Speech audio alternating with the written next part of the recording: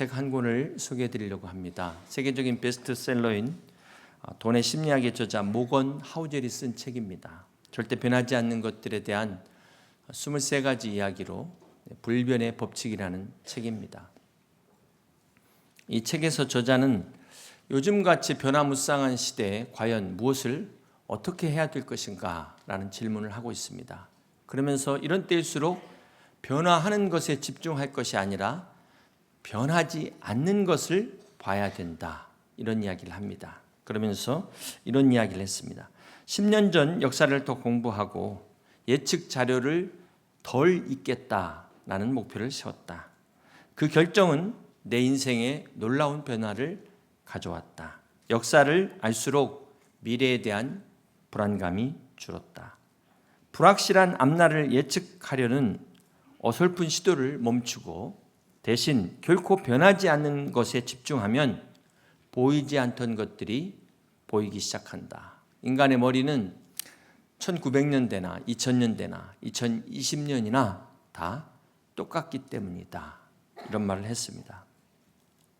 그러면서 아마존의 창시자죠, 제프 베조스의 사례를 소개하는데요.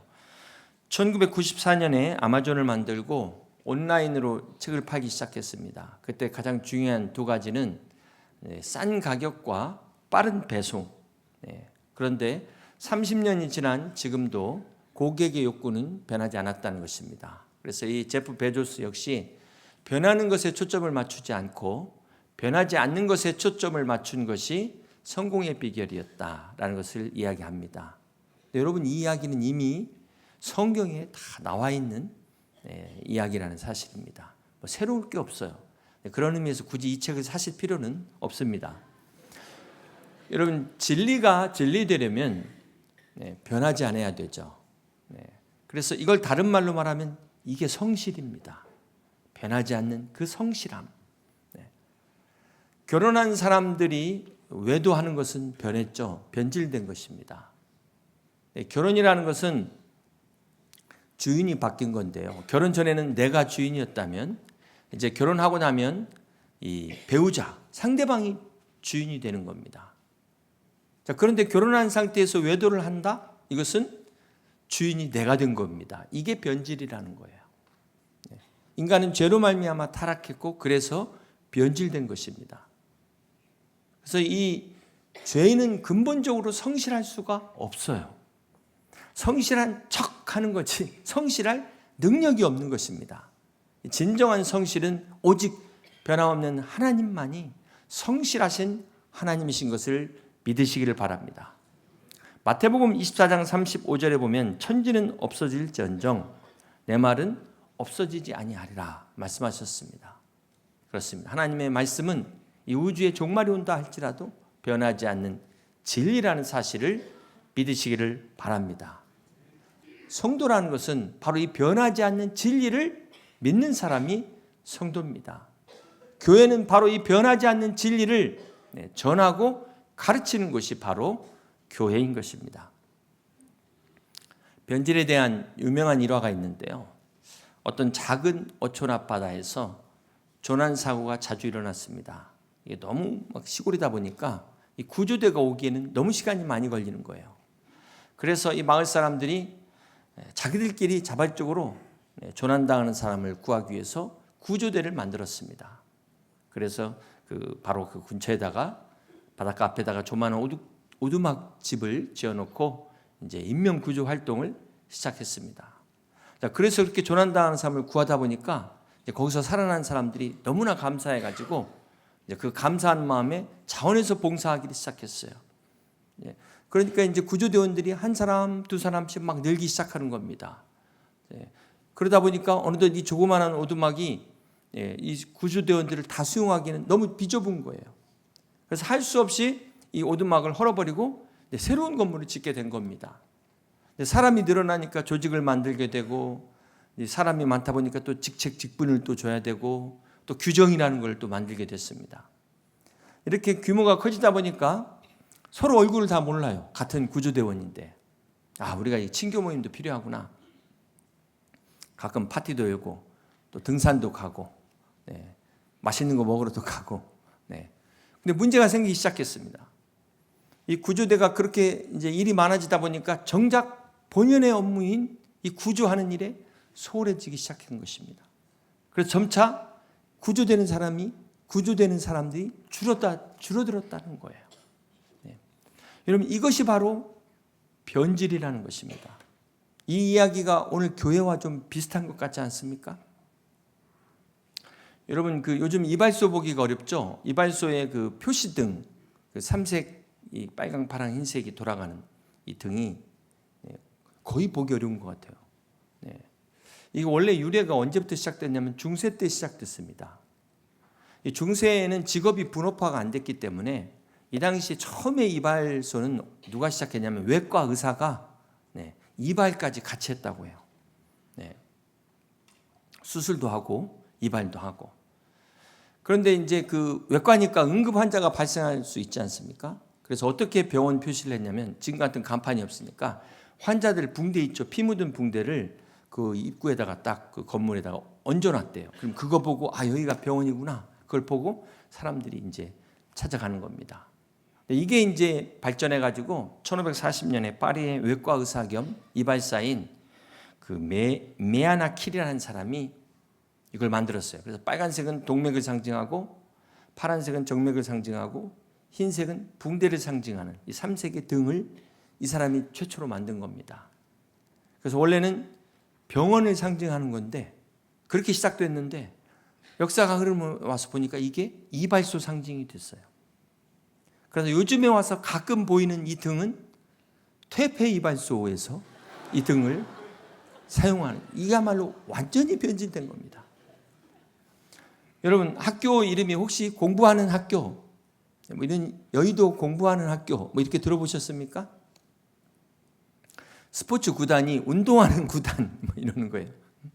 가수가 노래하는 가수 뭐 이렇게 말하는 거 없잖아요. 같은 말을 왜 반복합니까?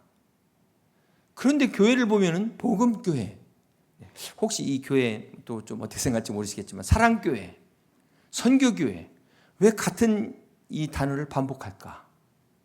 이거 오늘 교회의 문제가 아닐까 생각해 봅니다. 왜냐하면 복음은 교회의 본질입니다. 사랑, 선교, 이건 다 교회의 본질이에요. 오늘 이 구원방주의 사명을 감당해야 될 교회가 건물만 화려하게 짓고 자기들끼리만 담 쌓고 교제하니라고 구조선이 유람선으로 변질됐다는 것입니다. 누가복음 19장 10절에 보면 우리 주님께서 왜 이 땅에 오셔야 됐는지를 분명하게 말씀하십니다. 함께 같이 보실까요? 인자가 온 것은 잃어버린 자를 찾아 구원하려 함이니라.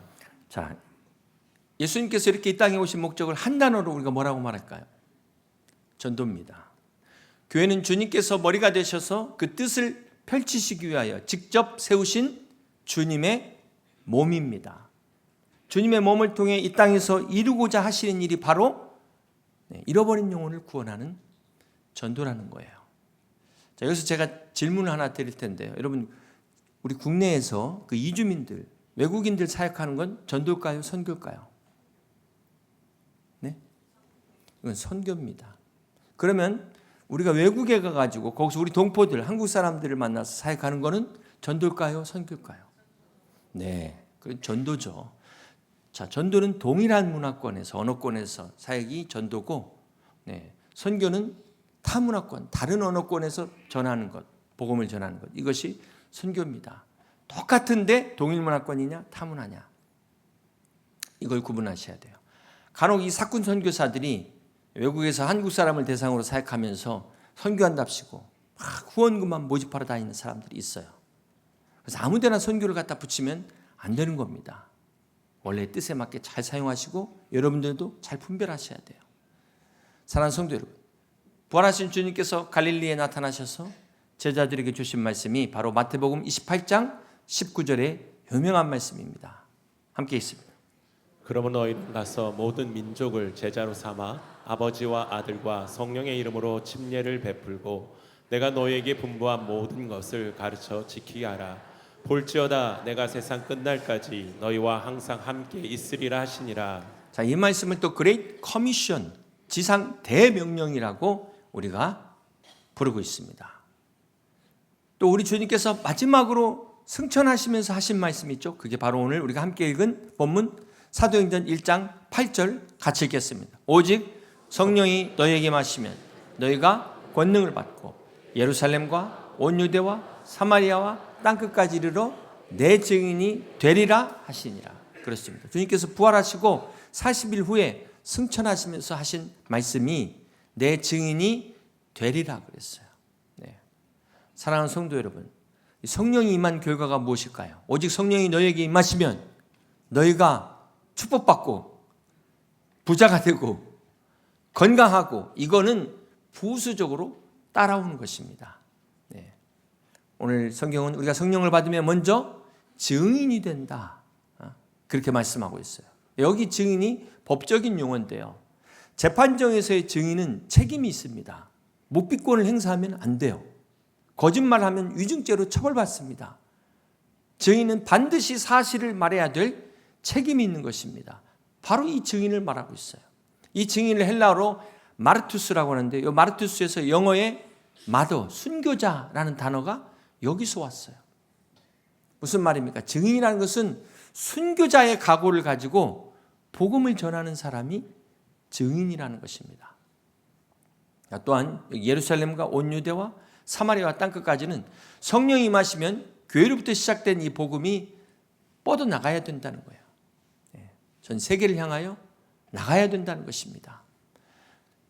사랑하는 성도 여러분, 성경에 보면 이 복음을 비유하는 몇 가지 예가 나오죠. 빛, 또 소금, 누룩을 예로 들 수 있습니다. 여러 가지가 있겠지만 이것들의 공통점이 뭐죠? 첫 번째는 퍼져나간다는 거예요.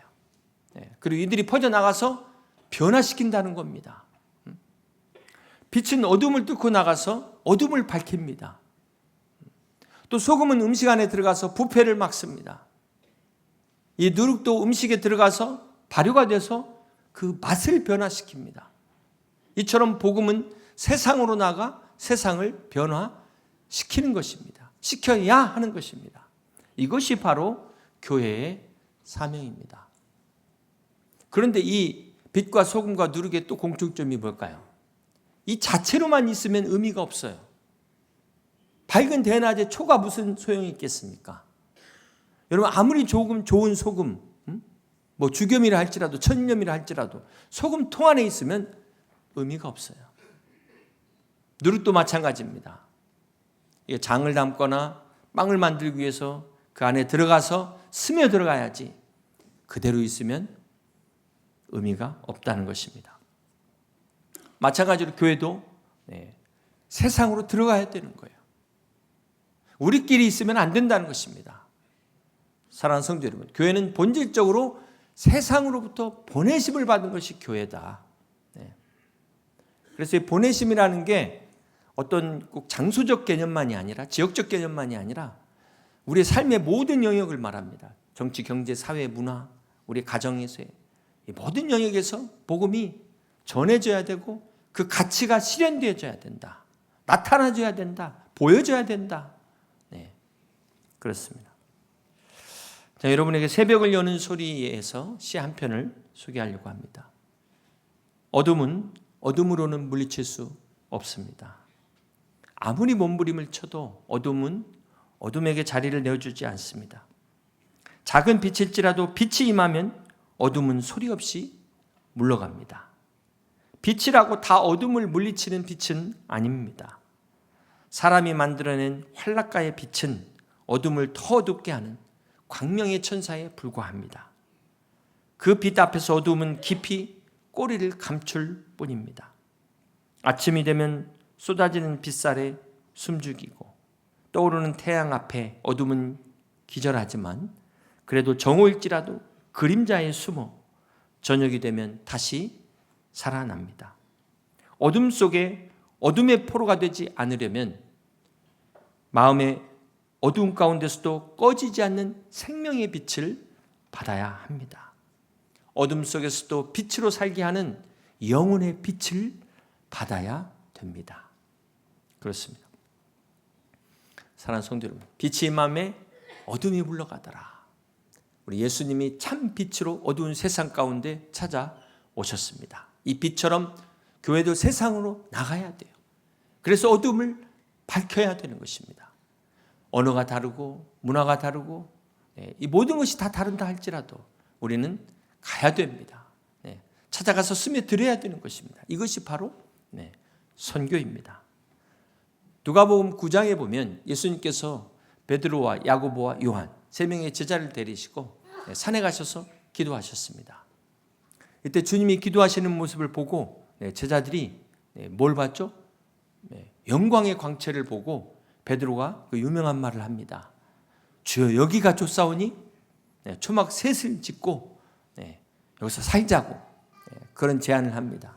근데 여러분 성경을 한번 자세히 보시면 우리 누가복음 9장 33절 한번 같이 한번 보시겠습니다. 두 사람이 떠날 때 베드로가 예수께 여짜오되 주여 우리가 여기 있는 것이 좋사오니 우리가 초막 셋을 짓되 하나는 주를 위하여 하나는 모세를 위하여 하나는 엘리야를 위하여 하사이다 하되 자기가 하는 말을 자기도 알지 못하더라. 지금 베드로가 뭔가 멋있는 말을 하는 것 같은데 성경은 자기가 하는 말이 뭔 말인지도 모르고 하고 있다. 이렇게 이야기를 하고 있어요. 근데 그 이유가 바로 앞에 32절을 보면 베드로와 및 함께 있는 자들이 깊이 졸다가 그랬다는 거예요. 베드로가 조는 바람에 주님이 하신 말씀을 제대로 듣지 못했다는 겁니다. 그럼 그 바로 앞에 무슨 말씀을 하셨을까요? 31절을 보면 예수님께서 영광 중에 나타나서 장차 예수께서 예루살렘에서 별세하실 것, 돌아가실 것, 십자가에서 죽으실 것을 말씀하셨는데 베드로는 졸다가 여기가 좋사오니 우리끼리 잘 삽시다 이런 소리를 했다는 것입니다. 그래서 여러분 예배 시간에 졸면은 이렇게 딴소리 하게 된다. 제가 기회가 될 때마다 말씀드리지만 설교 중간에 조시는 건 저도 책임감을 느끼는데 처음부터 조시는 거는 저와 무관하다는 것을 분명히 말씀을 드립니다. 오늘 많은 성도들이 베드로처럼 자기가 무슨 말을 해야 될지를 몰라요. 뭘 해야 될지를 몰라요. 주님의 뜻과는 전혀 무관한 엉뚱한 말만 하고 있지 않는가. 주님께서는 지금 이 전도와 선교를 위해서 교회를 세우셨어요. 그리고 그 많은 은혜를 주셨는데 우리는 여기가 좋사오니 우리끼리만 막 흩어지지 않으려고 초막 짓고 우리끼리 맛있는 거 먹으러 다니고 놀러 다니고 이러고 있지 않습니까? 사랑하는 성도 여러분, 교회는 복음을 가지고 빛의 사명을 감당하셔야 돼요. 소금의 사명을 감당하셔야 돼요. 누룩처럼 퍼져나가야 되는 것입니다. 세상을 변화시켜야 돼요. 그렇지 않으면 세상이 우리를 변화시키게 됩니다. 사랑하는 성도 여러분, 초대교회 중에 안디옥 교회가 최초로 선교사를 파송합니다. 최초의 초대교회는 예루살렘 교회예요. 초대교회 많이 있지 않습니까? 왜 안디옥 교회가 최초의 선교사를 파송했을까요? 사도행전 13장 1절을 같이 봅니다. 안디옥 교회에 선지자들과 교사들이 있으니 곧 바나바와 니기레라 하는 시몬과 구레네 사람 루기오와 분봉한 헤롯의 젖동생 마한과 및 사울이라. 사도행전 13장에 안디옥 교회 리더들을 소개하는데요. 거기 니게르를 하는 시몬, 니게르는 니그로, 흑인이라는 겁니다. 구레네 사람 루기오의 구레네는 북아프리카 지역이니까 이 또한 흑인 출신이라는 것을 알 수 있어요. 이처럼 이 당시 안디옥 교회는 백인종, 황인종뿐만 아니라 흑인종까지 다양한 인종들이 교회 리더 안으로 들어와 있었다라는 것입니다. 이뿐만이 아니라 안디옥 교회 지도자들 가운데 누가 있었냐면 헤롯 왕의 젖동생인 마나엔이 있었다. 왕실의 귀족도 리더 안에 있었다는 거예요. 대부분 초대교회는 다 서민들이었어요. 가난한 사람들. 그런데 귀족이 함께 리더로 들어와 있다는 것은 다양한 신분들이 안디옥 교회에 다양한 인종들이 모여 있었다. 자, 그러다 보니까 이렇게 폐쇄적인 유대인 교회와는 너무나 다르게 자연스럽게 선교가 가능했다는 것입니다. 이것이 주는 교훈이 뭘까요? 선교가 그저 선교사만 파송하고 돈만 후원하는 것이 아니라는 것입니다. 진정한 선교는 선교적 마인드를 가지고 있어야 돼요. 먼저 교회 안에서 나와 다른 사람들을 끌어안을 수 있고 포용할 수 있는 그런 넓은 가슴을 가져야 여기서부터 선교가 시작되는 것입니다. 우리 양무리 안에서부터 하나 안 되면서 무슨 지구 반대편을 선교하고 이게 말이 안 되지 않습니까? 지난주 새벽 큐티에 사도행전 16장 말씀을 함께 봤는데요. 빌립보 교회가 어떻게 세워지냐면 자주장사 루디아라는 여인의 집에서 빌립보 교회가 시작됩니다. 이 여인이 무역업자예요. 요즘으로 말하면 실업인입니다. 그러니까 이 최초의 실업인 선교회는 이 루디아라는 여인이 시작됐다는 것을 우리가 알 수 있어요. 네. 그러면 교도소 선교는 어디서 시작됐을까요? 이것도 바울이 복음을 전하다가 빌립보 옥에 갇히잖아요. 이때 바울과 실라가 밤중이 되니까 찬송하고 기도하니까 옥문이 열려서 거기 간수장이 그 사건을 통해서 그 가족이 다 구원을 얻게 됩니다. 여기서부터 오늘날 교정 선교가 시작된 겁니다. 또 사도행전 25장에 보면은 바울이 가이사랴 법정 앞에서 서요. 그리고 거기서 상소합니다. 그래서 바울이 로마에 가서 복음을 전할 기회를 얻게 돼요. 여기서 최초의 법조인 선교회가 여기서 시작된 겁니다. 누가의 직업이 의사였어요. 그래서 의료 선교회를 만든 사람이 누가입니다. 네. 마태는 세리 공무원 출신이었어요. 직장인 선교의 시작은 마태가 시작했습니다. 네. 고넬료는 군인이었습니다. 군 출신입니다. 그래서 군선교의 시조는 고넬료다. 일대 군선교 회장이 고넬료라는 사실을 잊지 마시길 바랍니다. 우리 교회 그 밖에도 통일선교, 문화선교 많은 다양한 선교가 있습니다. 저는 우리 교회가 다양한 직업을 가지신 분들, 또 다양한 배경, 관심, 취미 이런 분들이 함께 예배하고 또 함께 교제만 하지 않고 함께 선교할 수 있는 선교회가 더 많이 생기길 소망합니다. 사랑하는 성도 여러분 무엇을 위해 사십니까? 여러분의 삶의 목적이 무엇입니까? 이 전도와 선교는 모든 믿는 자들에게 주신 사명입니다. 하나님께서 이것을 위해서 오늘 우리를 축복하신다는 사실을 잊지 마시기를 바랍니다. 그러므로 우리는 항상 내 주업이 무엇인가, 뭐가 주업이고 뭐가 부업인가를 잊으시면 안 돼요. 성령을 받으면 내 증인이 되리라. 이것은 되라는 명령보다도 더 강력한 거예요. 그냥 자동으로 된다는 것입니다. 오늘날 모든 성도는 만신자 제사장이라고 그러지 않습니까? 모든 신자가 하나님 앞에 나올 수 있는 제사장이에요. 뿐만 아니라 만신자 선교사라는 사실을 잊지 마시기를 바랍니다. 선교라는 건 다름이 아니에요. 세상을 가슴에 품으면 그게 선교사입니다. 누구나 가슴을 세상에 품은 사람은 다 선교사가 될 수 있습니다. 교회도 마찬가지예요. 세상을 품는 교회가 돼야 돼요. 바라기는 오늘 우리가 그리스도 안에서 세상을 품는 우리 여의도 침략의 성도들이 다 되시기를 주님의 이름으로 축복합니다. 사랑하는 성도 여러분, 이 창세기에서 노아가 방주를 지을 때 120년을 지었습니다. 여러분 한번 생각해 보세요. 이 방주를 노아 가족 8명이 그 큰 방주를 어떻게 다 지을 수 있었을까요? 물론 하나님께서 도와주셨지만 노아가 전 재산을 다 들여서 또 자재도 구하고 인부들을 구해서 배를 지었을 것입니다. 어쩌면 노아 시대에 노아 동네에 사는 사람들은 이 방주 때문에 실업 문제가 다 해결됐어요. 실업자가 한 명도 없어요. 가서 일하면 다 돈 받고. 그런데 생각해 보세요. 정작 그 배를 지으면서 일하고 돈 받은 사람들 어떻게 됐어요? 다 홍수로 망했어요. 그러나 노아는 그 배 짓기 위해서 자기 것 다 드렸어요. 희생했습니다. 그 노아는 구원을 받았다는 사실입니다. 무슨 말입니까? 노아가 방주를 말로만 지은 게 아니었어요. 생각으로 지은 게 아닙니다. 노아와 그의 가족이 직접 순종으로 지었어요. 대가를 지불했다는 거예요. 믿음으로 구원받았지만 거기에 대가가 따랐다는 것입니다. 우리 주님께서 마태복음 16장 24절에 누구든지 나를 따라오려거든 그랬어요. 거기 누구든지 그랬습니다.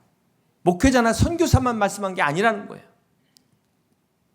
주님을 따르는 사람은 우리 믿는 여러분들도 포함되는 것입니다. 여러분, 어떻게 주님을 믿고 구원받는 사람이 주님을 따르지 않고 세상을 따를 수 있겠습니까? 자기의 길을 갈 수 있겠습니까? 우리가 구원받은 증거가 있죠? 그 증거가 있습니다. 반드시. 구원의 확신이라고 말합니다. 그런데 이게 때로 이 확신도 흔들릴 때가 있어요. 가장 확실한 확신은 뭘까요? 말씀에 의하면 주님을 따르는가? 여기서 주님을 따른다는 게 꼭 목회자의 길을 가고 선교사의 길을 가는 것을 말하는 것이 아닙니다. 여러분 각자의 삶에서 주님의 뜻을 깨닫고 순종하는 대가를 지불하는 것, 이것도 주님을 따르는 것입니다. 그런데 가짜는 절대로 이 대가를 지불하지 않습니다. 아니, 지불하지 못합니다. 진짜 가짜의 확실한 구분은 여기서 나타나는 것입니다.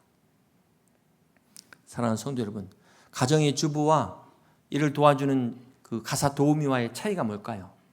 두 사람 똑같이 집안에서 밥하고 설거지하고 청소합니다. 그런데 주부와 도우미의 차이는 뭘까요? 도우미는 딱 딱 정해진 그 시간만 일해요. 그 시간 지나면 알짤없습니다. 그리고 꼭 돈 받아가지고 가게 돼 있어요. 네, 돈 받아야만 일합니다. 네. 자, 목회자가 되고 나서의 변화는 퇴근 시간의 개념이 없어지더라고요. 네. 여러분, 교회에서도 딱 정해진 일만 하고 더 이상 아무것도 없다. 내가 일하면서 뭔가 인정받기를 원하고 대가나 보상을 바란다. 그거는 뭘 말할까요? 내가 교회 주인이 아니라는 겁니다. 그건 내가 증명하는 거예요. 교회의 주인은 절대로 주님의 일을 하면서 대가를 바라지 않습니다. 기꺼이 헌신하는 게 그 사람이 교회의 주인이에요. 장로, 권사, 집사 그 이전에 교회의 주인은 대가를 바라지 않고 헌신하는 사람이라는 것입니다. 그렇습니다. 사랑하는 성도 여러분, 여러분의 믿음을 위해서 어떤 대가를 지불하셨습니까? 내 성공을 위해서, 또 자녀들 교육을 위해서는 아낌없이 투자하면서 대가를 지불하면서, 과연 주님을 위해서는 어떤 대가를 지불하셨습니까? 영원히 지옥 형벌을 받을 수밖에 없는 이 운명에서 우리를 구원해 주시고 저 천국에서 영원히 주님과 함께 살게 하신 이 은혜를 우리가 받았다면, 깨달았다면 어떻게 주님이 기뻐하시는 이 일에 우리가 함께하지 않을 수 있겠습니까? 어떻게 내 대가를 지불하지 않을 수 있겠습니까? 사랑하는 성도 여러분, 하나님께서 여러분에게 은혜를 주신 것도 바로 이때를 위함이라.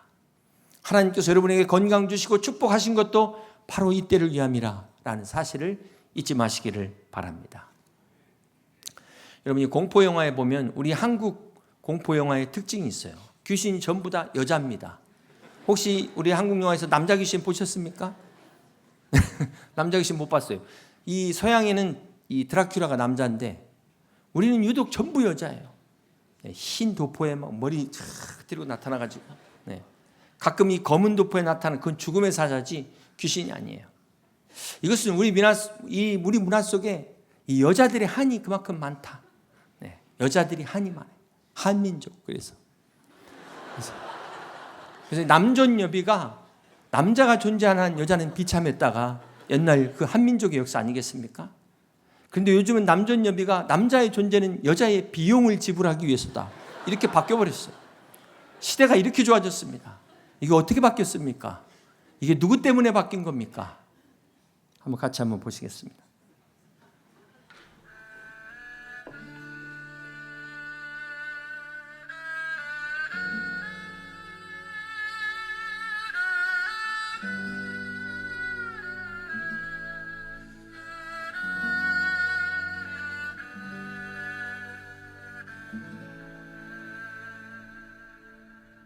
오직 주의 사랑에 매여 내 영 기뻐 노래합니다. 이 소망의 언덕 기쁨의 땅에서 주께 사랑 드립니다. 오직 주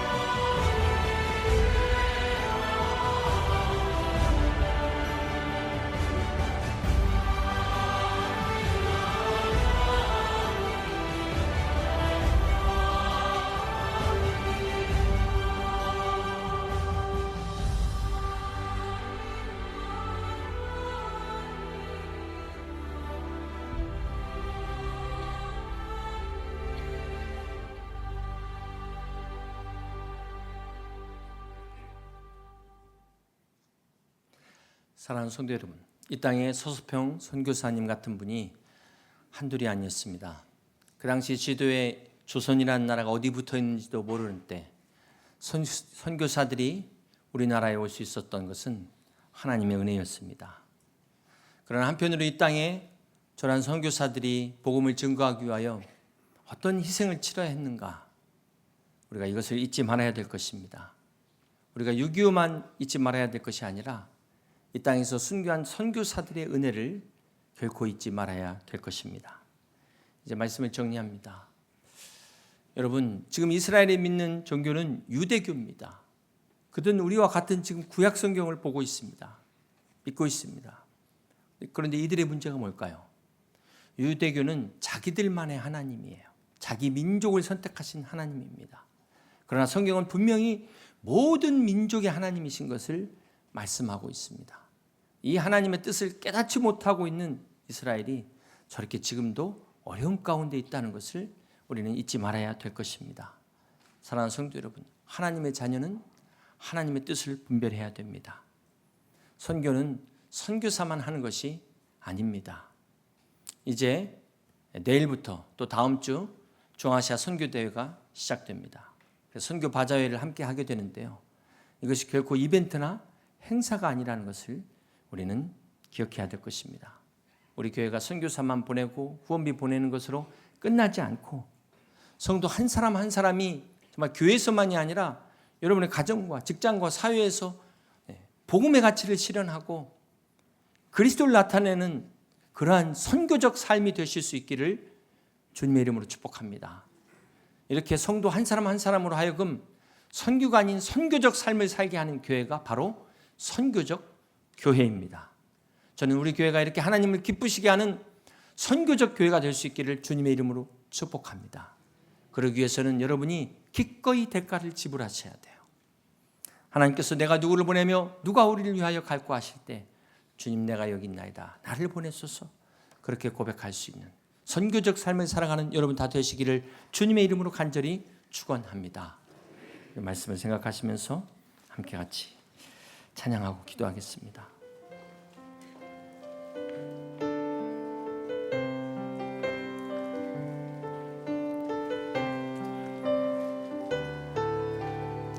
세상 모든 민족, 세상 모든 민족이 구원을 얻기까지 쉬지 않으시는 하나님, 쉬지 않으시는 하나님, 주의 심장 가지고 주의 심장 가지고 우리 이제 일어나 주 따르게 하소서. 따르게 하소서. 세상 모든 육체가 세상 모든 육체가 주의 영광, 주의 영광 보도록 우리를 부르시는 하나님, 우리 부르시는 하나님, 주의 손과 발대로 주의 손과 발대로 세상을 치유하며 주 섬기게 하소서. 섬기게 하소서. 물이 바다 덮음같이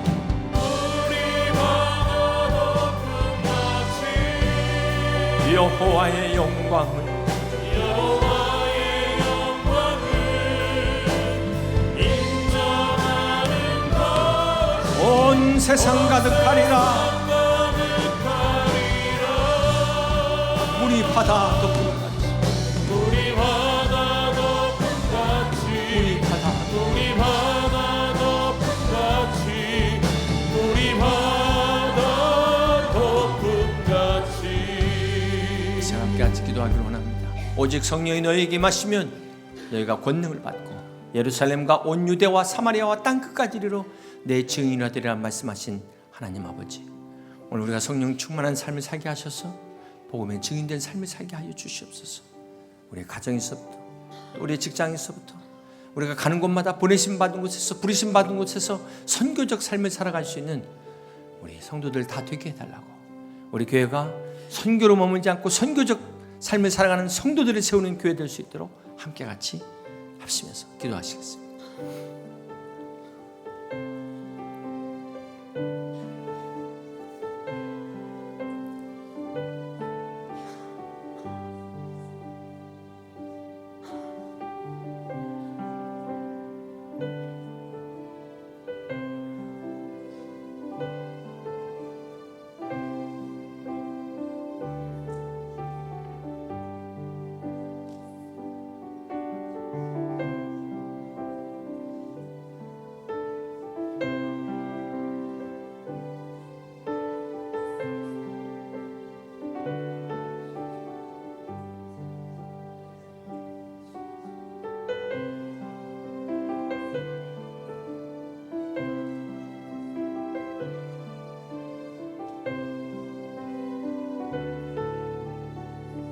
다 같이 일어나서 세상 모든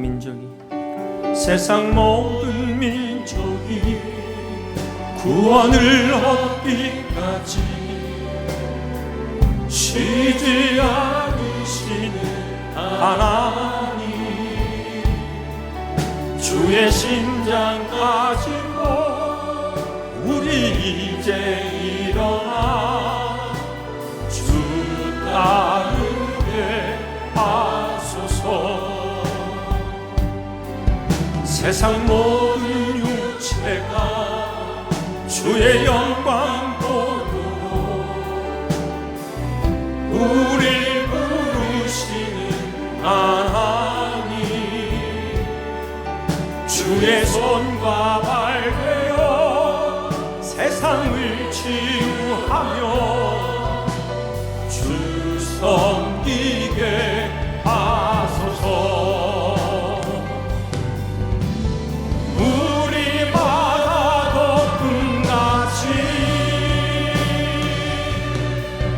여호와의 영광을 인정하는 것이 온 세상 가득하니라.